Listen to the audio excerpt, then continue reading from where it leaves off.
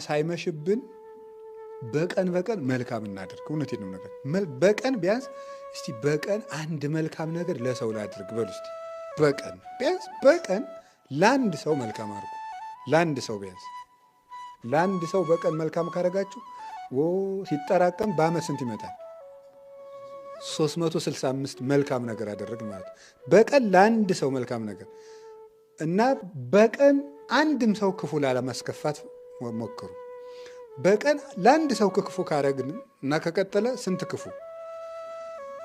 365 ክፉን እስቲ በ50 ዓመት አባዙት። አባዝ ማን ነው እስቲ? አንድ ሰው አባዝ በ50 ሲባዛ በ365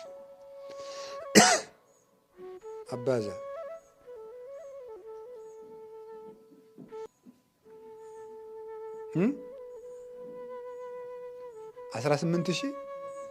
18,000 ክፉ ክፋታውን ስናረጅ እንችለዋለን። ያ ሁሉ ሲራወጥ እዚህ ውስጥ በጣም አስጨናቂ ነገር እውነቴን ነው ማለት ነው። በጣም ስታስቡት እኮ ኃጢአትና ቀለም ሲጠራቀም አይታወቅም ይላሉ ሊቃውንት። አሁን የሆነ እያንዳንዳችን የሆነ ኃጢአት አለን። መቼ ግን እንደዚያ እንደሆናችሁ ታስታውስታላችሁ? ሁነን ነው ዝም ብለን ያገኘ ነው አይደል? የሆነ ነገር ሁነን ተገኘ ነው። በቃ እንዴት እንደሆንኩ አላውቅም በምንለው ሁኔታ ቀለምም ሲጠራቀም አይታወቅም፣ ኃጢአትም ገንዘብም እንደዛው ነው። ሲጠራቀም አይታወቅም፣ ሲሄድም አይታወቅም። ስለዚህ በቀን ማንንም ሰው ላለመጉዳት አቅዱ። በቀን ማንንም ሰው ላለመጉዳት፣ ይሄ ትልቅ ነገር ነው። ሁለተኛ ቢያንስ በቀን ለአንድ ሰው መልካም አድርጉ። ሰማችሁ? ጌታችን ኢየሱስ ክርስቶስ ስጋን መልበስ ያስፈለገው ለምንድን ነው ተብላችሁ ብትጠየቁ የመጀመሪያው ፍጡር ፈጣሪውን በፈጣሪነት ሙሉ ክብር ማየት ስለማይችል እግዚአብሔር በእኛው ስጋ ለመታየት የእኛኑ ስጋ ለብሶ መጣ። በዚያ ስጋ እግዚአብሔርን አየነው። እንዴት አድርገን ያየነው? እንደኛ 3 ክንድ ከስንዝር ቁመት ባለው አካል እኛ ልንሰራቸው የማንችላቸውን በመለኮት ክብር ብቻ የሚፈጸሙ ስራዎችን እየሰራ አየን። ከደረቅ ግንባር ላይ ዓይን እየፈጠረ አሳየን። በቃሉ ሙት እየቀሰቀሰ፣ በጨርቁ ድዊ እየፈወሰ፣ ሰዎች በሕሊናቸው የሚያውቁትን ሳይነግሩት እያወቀ፣ በሌለበት ቦታ ሰዎች ያደረጉትን እያወቀ ለመለኮት ብቻ የሚገባውን ስራ በእኛ ስጋ እየሰራ ስላየነው አምላክን በስጋ አየነው። ስለዚህ ክርስቶስ ማለት 2 ፈቃዳትን በአንድ ፈቃድ፣ 2 ግብራትን በአንድ ግብር፣ 2 አካላትን በአንድ አካል ያለመጠቅለል፣ ያለመጠፋፋት፣ ያለመቀላቀል በተዋህዶ አንድ አድርጎ የተገለጸ ንጉሥ ማለት ነው። ስጋን ወደ መለኮት ሳይለውጠው፣ መለኮትን ወደ ስጋ ሳይለውጠው፣ ነገር ግን 2 ሳይሆን አንዱ ክርስቶስ በአንድ ፈቃድ አንድን ስራ በመስራት የተገለጠበት ምስጢረ ተዋህዶ ይባላል። አሁን ክርስቶስ ብለን በጠራን ጊዜ መለኮት ብቻውን ክርስቶስ አይባልም፣ ስጋ ብቻውን ክርስቶስ አይባልም። ክርስቶስ የሚባለው ስጋን የተዋሃደው ስግው ቃል ይባላል። ሰው የሆነው ቃል እሱ ክርስቶስ ይባላል። ገንዘብና ተንኮለኛ ዘማዊ ሰው አንድ ነው፣ ባለቤት የለውም። ዝም ብሎ ወሰዱት መሄድ ነው ማለት ነው። ዘማዊ ሰውም ከወደቀበት መውደቅ ነው። የገሌ ነኝ አይልም። የገሌ ነኝ አይልም በሉ። አዎ ተመልከቱ። አይውላችሁ አሁን እኮ ብዙ ወጣቶች የማታገቡበት ምክንያት እናውቀዋለን። ምክንያቱ የገሌ ነኝ ላለ ማለት እኮ ነው አይደለም። ባለቤት እንዳይኖራችሁ ነው። ዝም ብላችሁ ሄዳችሁበት ማደር፣ ሄዳችሁበት መዋል፣ ለማጭበርበር እንዲመቸው ነው ብዙ ሰው የማያገባ ማለት። አረ ትዳር ከባድ ነው ይላል። አውቁ ማለት ከባድ ነው። እዚያ ብዙ ነገር አለ፣ አስተዳደር አለ፣ ምን አለ። ምንም እኮ አዲስ ነገር የለውም። ያው የሚበሉትን ነገር ለሁለት መብላት ነው አይደለም እንዴ? ለሁለት መብላት መጽደቅ ነው። አዲያ ግን ብዙ ሰው እያጭበረበረ ህይወቱን በዝሙት እንዴ እኮ አንድ ሰው አለ፣ ሰምታችኋል አይደለም? ልጄ ምንድነው የማትማር ሲሉት ምበላው የሌለ ሆኖ አላቸው አይደል? አንድ ጳጳስ ምን አሉት እሳቸው? ስትደነቁር ምን እየበላ ደነቆርክ ብለውታል አይደለም እንዴ? ዝሙት የምትሰሩበትን ገንዘብ ትዳር የማትዙበት ለዝሙት የግድ ባለ ትዳር በትልቅ ቤት መኖር አለበት ያለ ማን ነው እንዴ? ተመልከቱ። ሰው በኪራይ ቤት በዶርም እየኖረ ስንት ነገር ይሰክራል፣ ይጠጣል፣ ያለ መጠን ይበላል። ለሱ ሲሆን ግን ትዳር ሲሆን በጣም አጋኖ ፍላጎቱን እስከ ሰማይ የደረሰ በማድረግ በቃኝ ባለማለቱ ይትና ህይወቱን በዝሙት ሲያባክን የሚኖር ሰው ብዙ ሰው አለ። በቃኝ ማለት ይገባል። ያ ማለት ሰው ለትዳሩ ለልጆቹ መስራት አለበት፣ ተግቶ መስራት አለበት። ባይሆን ግን ተመልከቱ፣ ያቅሙን በቃኝ ብሎ እግዚአብሔር ባርክልኝ ብሎ መጥኖ መኖር አለበት። አለመቸኮል፣ ደጋግሞ ማየት። ችኩልነት አገር ያጠፋል። መታገስ መልካም ነው።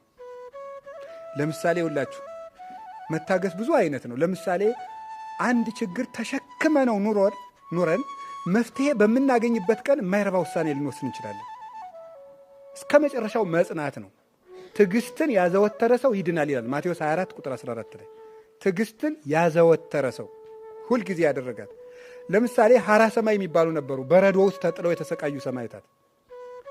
35ኛው ቀን ላይ በ40ኛው ቀን አክሊል ሊወርድላቸው ነበር።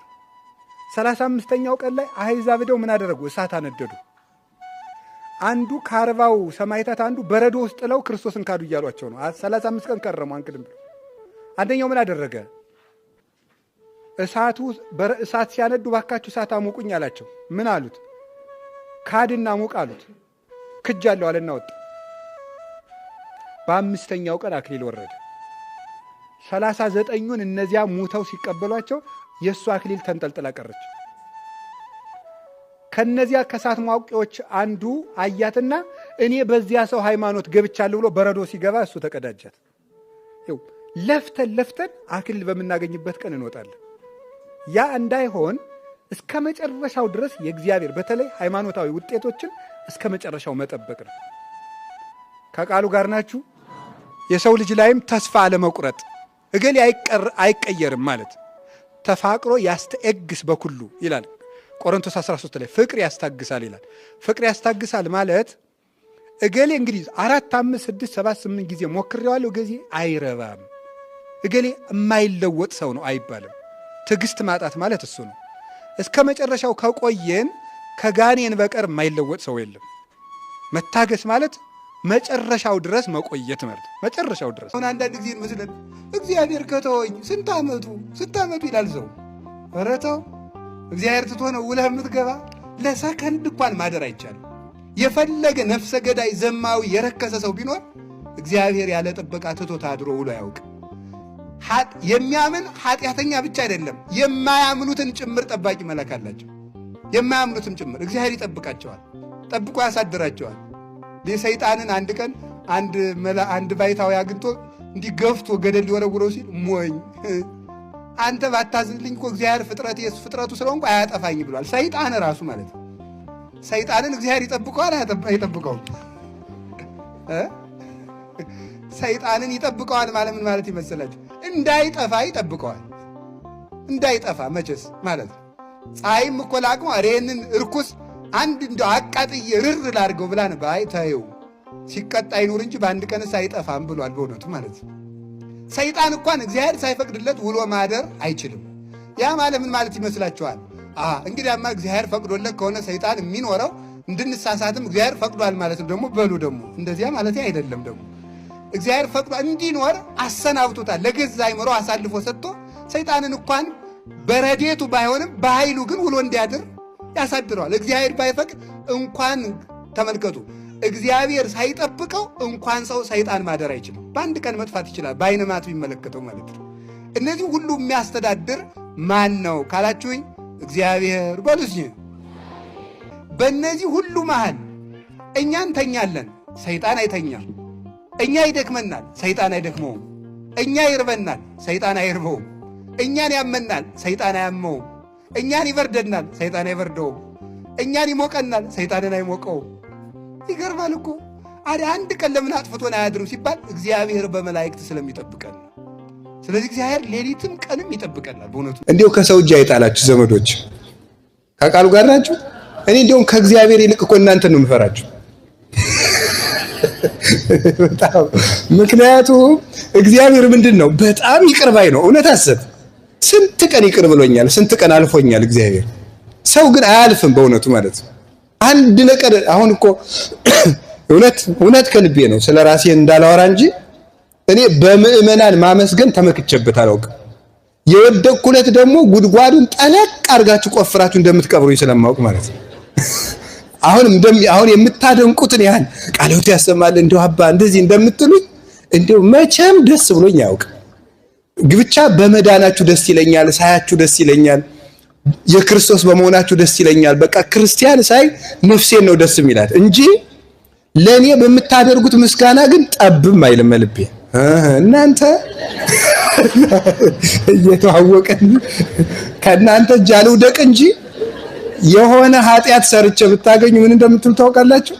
እኔ ብያችሁ ነበር ድሮም ይሄ ሰውዬ አያያዙ አላማረኝም ብዬ ነበር የምትሉት እናንተ ማለት ነው። ስለዚህ የህዝብ ምስጋና መመኪያ አይደለም። በእውነቱ እውነት ሐሰት የሚያስመካ እግዚአብሔር ነው። ግን አንዳንድ ቀን ብታልፉንም ደግሞ ጥሩ ነው ለማለት ነው። በዚያው መልእክቱ ገብቷችኋል? አዎ እናንተ እያጠፋችሁ እየቻልናችሁ አይደለም፣ እኛንም ቻሉን። የሚያባክነን ብዙ ነገር አለ። አንዳንድ ጊዜ ታሪክ ያባክነናል። ታሪክ ማለት ምን ማለት ነው? እስከ ዛሬ የኖርንበት ህይወታችን ጥልቅ እያለ እንደ ዝንብ እየገባ እንደ ወተት ዝንብ ስቅት ያደርግን። የዱሮ ህይወታችን እየታወሰ ይበጠብጣል አንዳንድ ጊዜ። ሌላ ጊዜ አሁን ያለው ስጋችን ጣልቃ እየገባ ይበጠብጣል። ሌላ ቀን ደግሞ ሰይጣን ጣልቃ ይገባል። ሌላ ቀን ሰዎች ጣልቃ ይገባሉ። ሌላ ቀን ዓለም ራሷ ሰልጣኝ ጣልቃ ትገባለች። ዓለም ዝም ብላ የምታየን እንዳይመስላችሁ። ክርስቶስን እከተላለሁ ካላችሁ ዓለም ጉሮሯችን ላይ ነው የምትመጣው። እንቅ ነው የምታደርግ። ወይ ክርስቶስን መርጠሙት ወይ ደግሞ አርፈ ቁጭ በር በሰላም አትነካካ ነው የምትለው። ጲላጦስን ምን እንዳደረጉት አልሰማችሁም እንዴ? አረ ይሄ ሰው ንጹሕ ነው አለ። ጌታን እኮ ነው ከሰው ባቀረቡለት ጊዜ ምንም በደል የለበትም ሲል ምን እንዳሉ ተመልከቱ። እማይቀተልኮ ለዝንቱ ኢኮን አርኮ ለቄሳር፣ ይህን ሰው ካልገደልክ የማን ወዳጅ አይደለም ነው ያሉት። የቄሳር ዋናው ህይወቱ ውስጥ መጡ። ይሁዳ ውስጥ ሹሞ ያስቀመጠው ማን ነው? ቄሳር ነው። የቄሳር ወዳጅ አይደለህም ማለት የእንጀራም የኑሮን ጉዳይ ነው። ሰው ክርስቶስን ሲከተል ሰይጣን በማንም ይመጣ ወይ በኑሯችን ወይ በህይወታችን ይመጣል። እንደዛ ነው የሚያደርገው። ለዚያ መዘጋጀት ያስፈልጋል።